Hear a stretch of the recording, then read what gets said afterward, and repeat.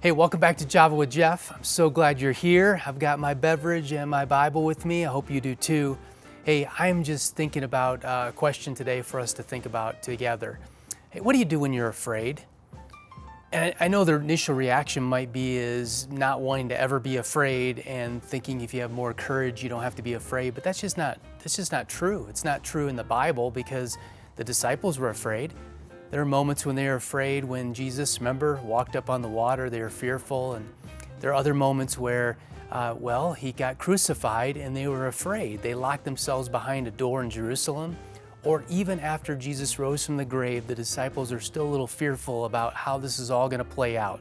And the church started and they wondered what to do about that. So being afraid is a natural emotion, but the question is, what do we do with that? We don't want to stay there. We don't want to stay fearful.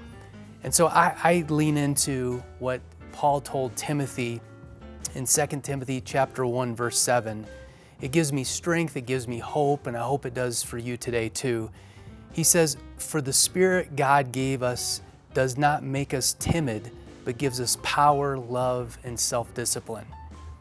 So the Spirit, what's that? Well, if you're a follower of Jesus, you have the Holy Spirit that lives inside of you. As a result, you don't need to be afraid of anything. You're unstoppable actually with Jesus, the Holy Spirit living inside of you.